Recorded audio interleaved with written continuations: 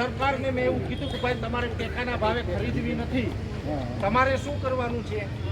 ત્યારે તો માવઠું નહોતું, આપણી મગફળી કોરી હતી, એટલે મેં કીધું કોરી મગફળીના મેં કીધું 1000 રૂપિયાથી વધારે તમને કોઈ યાર્ડ આપવાનું નથી, એનાથી ઓછા આપશે.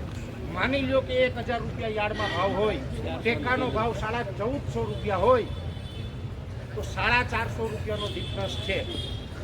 હવે 450 રૂપિયા પ્રતિ મળે તમે ખેડૂતના એકાઉન્ટમાં આ ડિફરન્સ છે જમા કરી દો. બાકી અમારે કાંઈ ટેકાના ભાવે વેચવી નથી કે અમારે તમને દેવી નથી. પણ સરકાર એ વાતમાં એગ્રી ન થાય. શું કામ?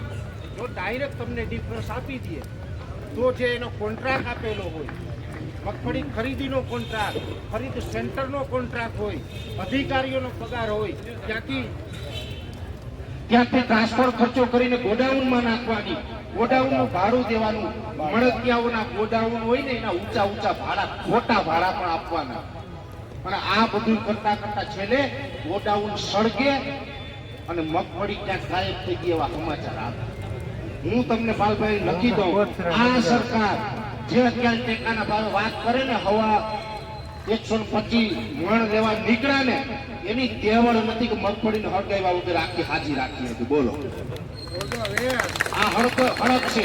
હું કામ હળક છે? કોથળા માંડવી તો ક્યાંક બીજે ફૂટી જાય.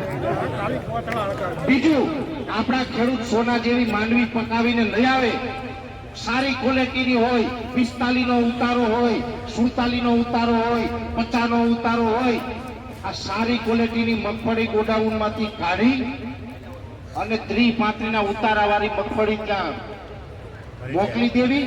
મગફળી અદલા બદલી કરવા માટે થઈને આ ટેકાના ભાવે આ સરકાર ખરીદી કરી છે. એટલે ટેકાના ભાવે ખરીદી કરવી એના કરતા એનો ડિફરન્સ આપવો એ સરકારના ખેડૂતના બેયના હિતમાં છે.